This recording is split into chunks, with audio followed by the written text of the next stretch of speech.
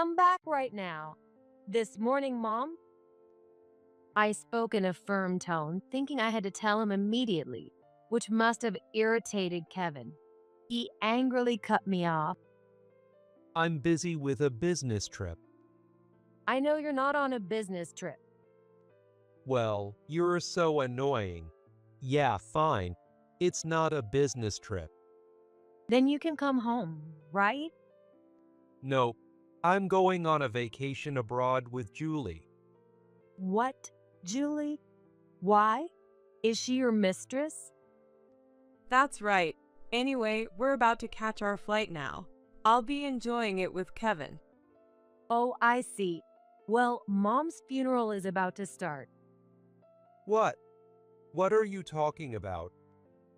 Don't you understand the difference between a joke you can make and one you can't?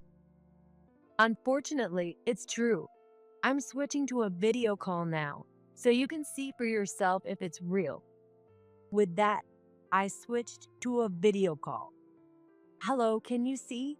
This is Mom's portrait. What? Julie and Kevin froze for a few seconds after seeing my mom's portrait. My name is Lisa. I'm a 32-year-old freelance web designer. I work from home while living with my husband, Kevin. He was introduced to me by a client from work, and we got along well, leading to a relationship and marriage without any real dissatisfaction. Back when we were dating, Kevin was calm and kind, but the moment we got married, his attitude grew increasingly cold. It was one of those days. Another business trip? You just went last week, didn't you? Kevin had just returned from a business trip a few days ago, and now he was leaving again for a 3-day trip, which surprised me. It was just too frequent. If he were in sales, frequent trips could be expected, but I hadn't heard of any department change since we got married. Such a sudden, significant change in circumstances seemed unnatural. I already told you, didn't I? There's an annoying client who keeps calling me to different places. Unlike you, sitting around clicking on a computer, I have to do actual work. Now hurry up and get my stuff ready. Saying that, Kevin threw an empty suitcase in front of me. Why do I have to do this? That thought crushed my heart. Kevin paid no attention to me as I silently stared at the suitcase. After eating and taking a bath as he pleased, he went to sleep. Even when I approached the bed, Kevin was snoring, showing no sign of waking up. Right in front of me was Kevin's smartphone. With fingerprint recognition, I could easily peek inside. With that thought, I picked up his phone, and as I was about to move his finger closer, the screen suddenly lit up. A notification from a messaging app appeared, with an icon that clearly belonged to a woman. I can't wait for our trip this weekend. Last week was shopping, so this time let's relax and cuddle at the hotel. Strangely, I didn't feel angry. Instead, I felt a sense of satisfaction, knowing I now had proof to demand compensation from both Kevin and this woman. This is my chance since he's drunk and in a deep sleep. I opened Kevin's phone and launched the messaging app. I immediately took out my phone, taking pictures of the screen, and slowly scrolled through the messages. I recorded every exchange since the time they likely started their affair, capturing it all in a video. There were also photos taken of him in bed, completely naked, and I struggled to steady my trembling hands.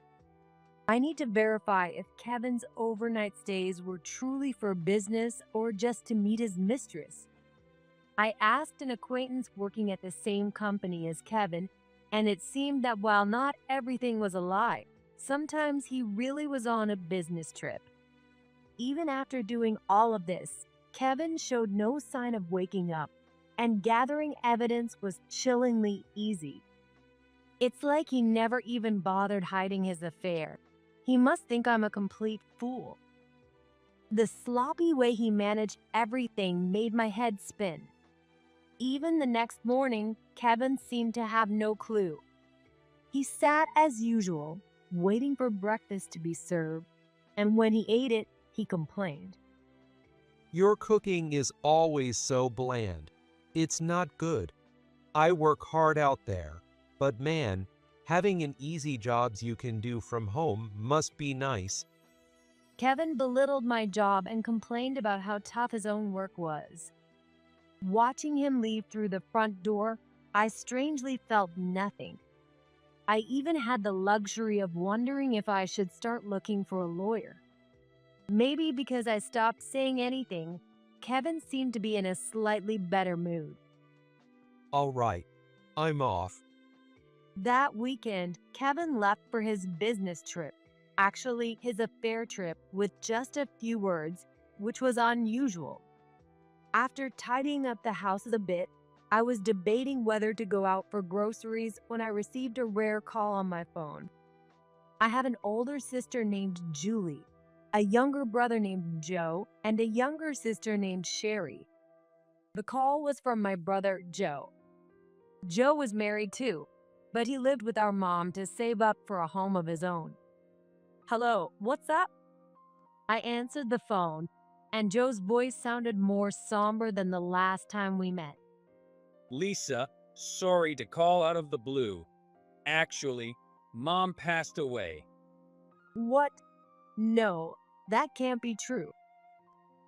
I let out a scream. The times I have spent with my mom come back to mind. Hearing the sudden news of my mom's death felt like a stabbing pain in my chest. It's true. She suddenly collapsed this morning and we called an ambulance right away, but she didn't make it. I've tried reaching Julie too, but I can't get through to her at all. Lisa, do you know where she is? I'm sorry, I can't help.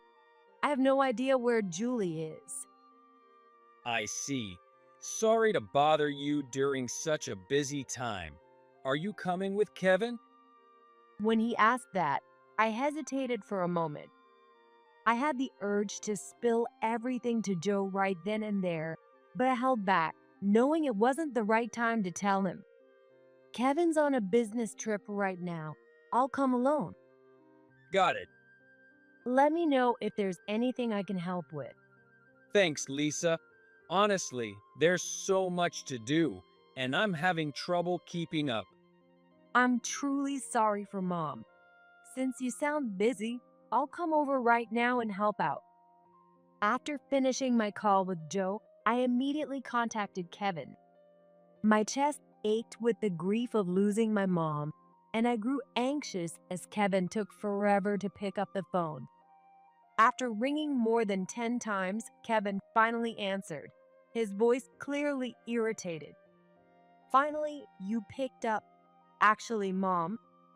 Before I could finish, Kevin cut me off, shouting over me, Didn't I tell you, you lousy wife, not to call me at work unless it's urgent? Kevin's annoyed yelling on the other end of the line made me hold my breath for a moment. He was obviously irritated that his wife had called while he was on an affair trip. Realizing this, my head burned with anger. Come back right now. This morning, Mom? I spoke in a firm tone, thinking I had to tell him immediately, which must have irritated Kevin even more as he angrily cut me off again. I'm busy with a business trip. I know you're not on a business trip. Well, you're so annoying. Yeah, fine. It's not a business trip. Then you can come home, right? Nope. I'm on vacation abroad with Julie. What? With Julie? Why? Why do I have to explain everything to you? Too bad. It seems like I'm still the better choice. Julie. My sister Julie has always had a habit of taking whatever or whoever she likes, even if it belonged to me. Back in school, she even stole my boyfriend once. I can't believe that even as an adult, she's still like this. And now she's stealing my husband, not just a boyfriend. Kevin's wavering makes him just as bad. So Julie was your mistress, Kevin? That's right. Anyway, we're about to catch our flight now, and I'm gonna enjoy this trip with Kevin. We'll talk about that when you get back. For now, both of you need to hurry back. What? We're about to go on an overseas trip. Stop messing with us, you lousy wife. With that, Kevin raised his voice and abruptly hung up. My hand trembled as I held the phone, stunned by shock and confusion. They wouldn't even listen to me. After trying to call several more times, I eventually realized their phones had been turned off. It's impossible. I took a deep breath. If they don't want to talk to me that badly, and they said not to call, I'll respect that. They said it themselves, so they have no right to complain later. Then I left a note in the dining room that said, "Going back to my parents' place," quickly packed my things and left the house. It was already evening by the time I arrived at my parents' house. Amid the bustling activity, Sherry and Joe greeted me. On the table was a list of tasks for the family, and a pile of documents was scattered around. Sorry, Lisa. We're still all over the place, trying to contact everyone. And we haven't even started tidying up anything yet. It's okay. Let's clean up together. By the way, where's Kevin? Joe, expecting both of us, raised his eyebrows at the sight of me alone. Sherry also looked outside, checking if Kevin's car was there. I made up my mind and told them about the phone conversation I had with Kevin and Julie a few hours earlier. After an almost painfully silent pause, Sherry was the first to speak up. What? I can't believe it. Those two. What on earth are they thinking? Sherry, trying her best to suppress her anger, clenched her fists tightly, her face flushed red. Julie, you've got to be kidding me. Joe muttered in a terribly low voice. That day, I stayed at my parents' house, and the next morning, we all busily went about tasks like submitting the death certificate. I contacted the relatives we hadn't been able to reach yesterday, informing them about Mom's passing and the time of the wake, and focused on getting everything ready for it. When the wake began, despite the short notice, many people came to pay their respects to Mom. I'm truly sorry for your sudden loss. My heartfelt condolences. The relatives offered their condolences, but each time they asked about Julie and Kevin's absence. Huh? Where's Julie? I don't see Kevin either. Julie's whereabouts are unknown, and Kevin had an important business trip he just couldn't get out of. How could her whereabouts be unknown at her own mother's funeral? A business trip during his mother-in-law's funeral? Is that really unavoidable? After I explained, reactions varied from disbelief to anger, and some people even tried contacting Kevin or Julie on the spot. However, wherever they were on their vacation, their phones seemed to be off and no one could get through. After a chaotic night, I collapsed into sleep, and the next day came. Lisa, I really think you need to get in touch with Julie before the funeral. I agree. I don't want them here either, but considering Mom, I think it's the right thing to do. Prompted by the two of them, I decided to take my chances and call repeatedly until someone answered before the funeral started. At first, I couldn't get through, but after over 100 calls, I finally connected. Finally, you answered. What do you want? Stop calling me. Yeah, we're trying to enjoy our vacation. All these calls are ruining it. I see. Well, the funeral for Mom is starting now. What? What nonsense are you talking about? Don't you know the difference between a joke you can make and one you can't?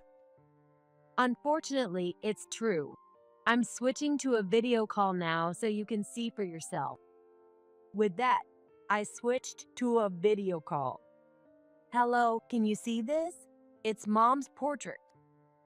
What? Julie and Kevin froze for a few seconds after seeing Mom's portrait. Is this some kind of prank because we were on an affair trip? A prank? Geez, that's not funny at all. Cut it out. Julie, Kevin, I wish it were just a joke too. Joe quietly conveyed his message, trembling with anger at the two who were joking around. Julie, if you don't come back soon, you won't be able to say goodbye to Mom. Wherever you are, you should at least come to the funeral. Is it really Mom's funeral? I've already told you yes. No, it can't be. Why, Mom? No one told us about this. Why didn't you tell us something so important sooner? I tried to tell you. I've been calling both your phones and Kevin's phone repeatedly since the day before yesterday. And I'm sure you got tons of missed calls from us and the relatives, haven't you? At my words, Kevin choked up, looking away. I didn't know when Kevin turned his phone back on, but with all the calls about Mom's death, it easily exceeded 200 attempts in total. Maybe we should just say the reception was bad during the trip? Oh no, I'm not letting you off that easy. I'll make sure everyone knows the truth. You better hurry back, though. There might not be a place for either of you anymore. Pretending not to know was clearly no longer an option. Oh no, we gotta go, Julie. Kevin called out to Julie, who was in a hysterical mess on the ground, sobbing, and ended the call. After that, my siblings and I managed to see Mom off. But at the final farewell, I couldn't hold back my tears at the sight of Mom's peaceful face. We cried openly, hugging each other, Joe, Sherry, and I, as we said our goodbyes to her. After the funeral ended, we returned to our parents' houses. Kevin and Julie still hadn't returned from their trip. The next afternoon, we heard heavy footsteps as Kevin burst into the living room, with Julie trailing behind him. Did we make it in time? Just as he said that, Joe rushed up to Kevin and threw a right punch at his face. Kevin screamed as he fell backward with a loud thud, and Sherry slapped Julie across the face. How could you go on a vacation while Mom was dying? The wake and funeral are both over now. Kevin, how could you even show your face here now? If I were you, I'd be too ashamed to come. Kevin clearly didn't expect to be punched, his face dumbfounded.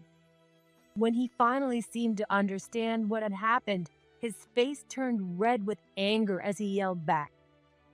Knock it off. You didn't have to hit me. It's just a funeral. Just a funeral? Kevin, unwilling to admit his fault, glared at me as he spoke. Besides, when you called, you didn't say what it was about right away. If you had just told us clearly, Julie and I would have turned right back at the airport. Enough! You two didn't even try to hear Lisa out. Joe's cold voice drowned out Kevin's shouting. Unlike Joe, who was still shaking with anger, Sherry showed no attempt to hide her disdain as she glared at Kevin and Julie. Did it never occur to you guys that Lisa might be lying? Of course not. I recorded our entire conversation. I've already had both of them listen to it. If you want, you can listen too. When I showed them my phone, Kevin and Julie's eyes widened in shock. What? Recorded? What do you mean? Given my line of work, I have all calls made on my phone automatically recorded. Unlike meetings on the computer, the calls that come through my phone often involve minor corrections or additions. Since they're easily communicated, it can lead to disputes about what was said. It's a handy feature, especially when trying to figure out which pushy salesperson is responsible, so I use it a lot.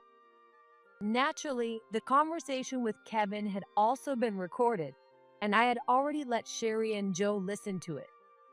Sherry glared at Kevin, her eyes wide with disbelief. Kevin, you're lying to Lisa, aren't you? I checked with your company. Your department doesn't even have any business trips right now. Plus, it seems like you've been taking paid leave continuously. You snooped around about me at my job. It turns out that Sherry, who happens to work at the same company as Kevin, had grown suspicious and decided to look into his department regarding this whole situation. Of course. When someone from the same company as you is too busy to attend their own mother-in-law's funeral, let alone going on a business trip, it raises questions. Or is there something you don't want people looking into? Joe, who had remained silent, raised his pale face and looked seriously at Kevin. Now that you mention it, what have you been doing with Julie all this time, leaving Lisa alone while you took paid leave? Kevin arrogantly shouted. None of this is any of your business. As Kevin's loud voice echoed, I turned on my phone. It contained all the evidence I had previously gathered of his affair.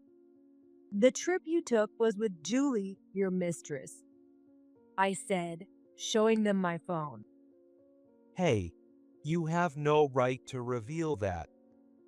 Ignoring Kevin's yelling, I continued to show Sherry and Joe the exchanges between him and Julie, along with receipts from the luxury gifts.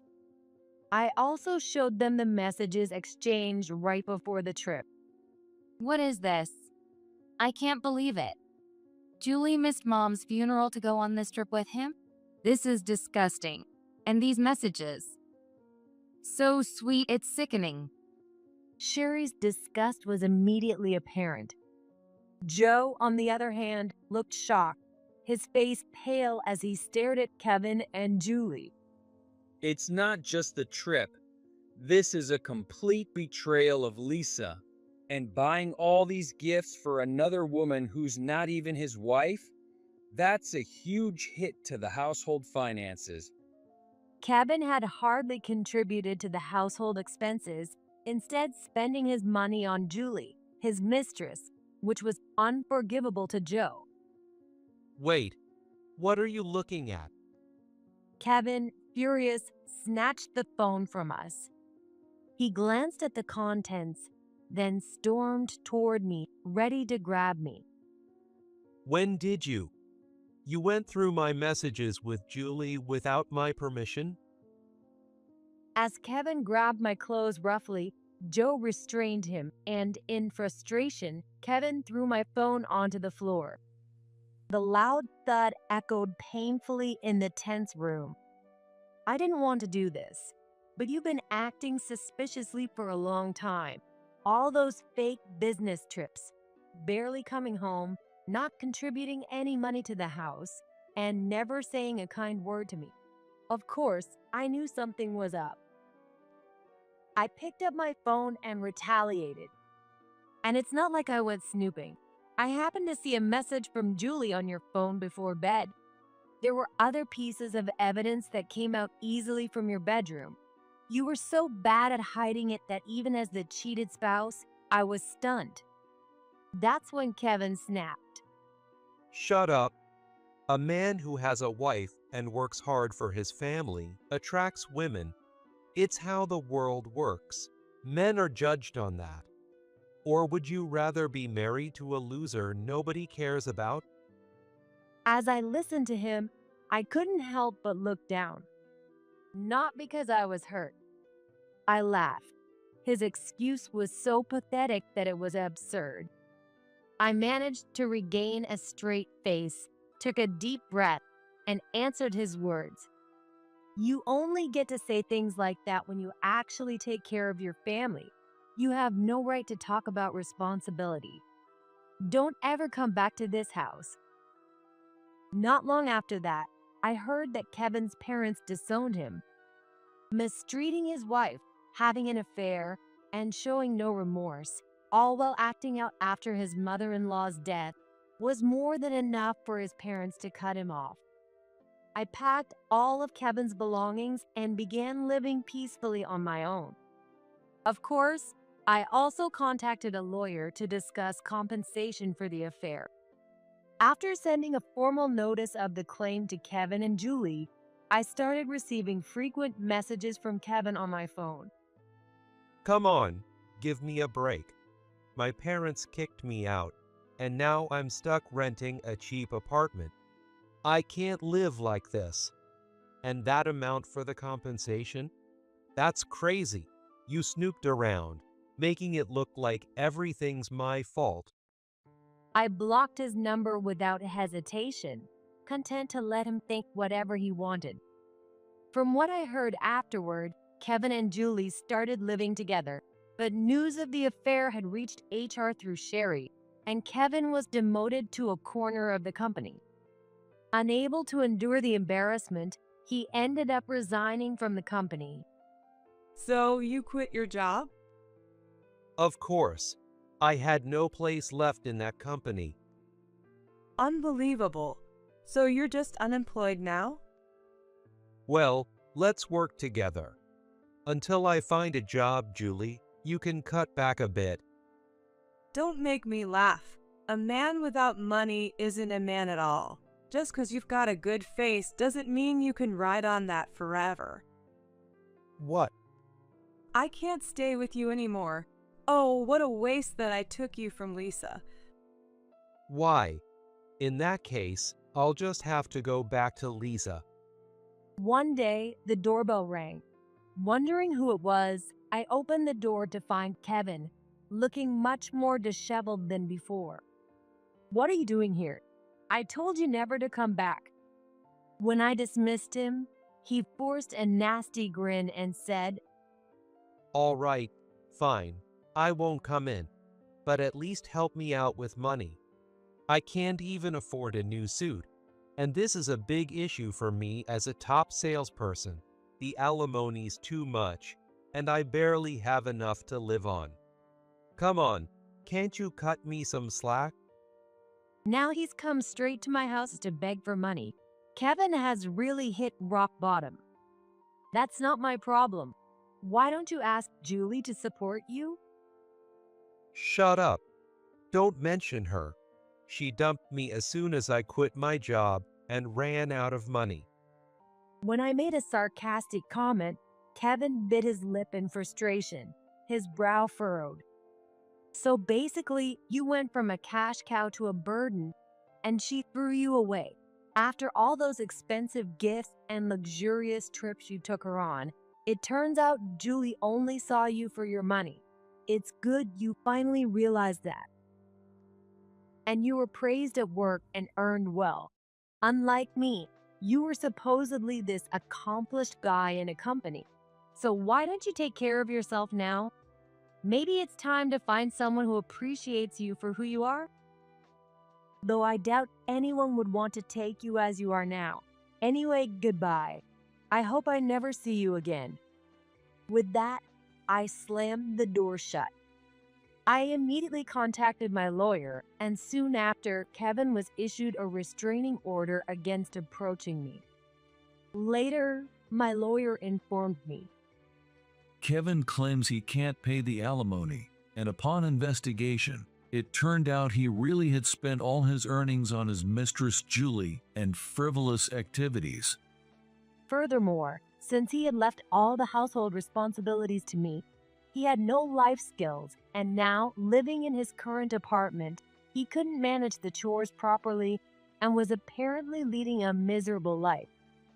The disheveled appearance when he showed up at my door was a clear result of his inability to manage even basic living.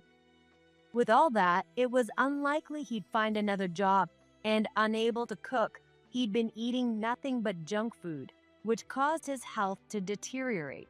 At one point, he ended up being unemployed. There was no way Kevin would find a decent new job. but since he still had alimony to pay. A few months later, I heard from Sherry that she saw him working as a traffic guard on a road she passed during a business trip. He looked quite unwell. After looking down on everyone and acting so selfishly, now he's stuck in a low-paying job where he has no freedom. It's almost funny. As for Julie, I heard rumors that, having been cut off by her family and unable to pay her share of the alimony, she had borrowed money from shady lenders and was now working at a nightclub to pay it off. Afterward, I used my savings along with the alimony to quickly move into a new apartment. The current apartment was also the place I had lived with Kevin, and just being there brought back unpleasant memories. I wanted to leave such a place as soon as possible. My work continued to grow steadily, and I was able to build a good track record while gaining trust from multiple clients. It was a fulfilling single life where I could fully focus on my work. With a fresh start, I began my new life.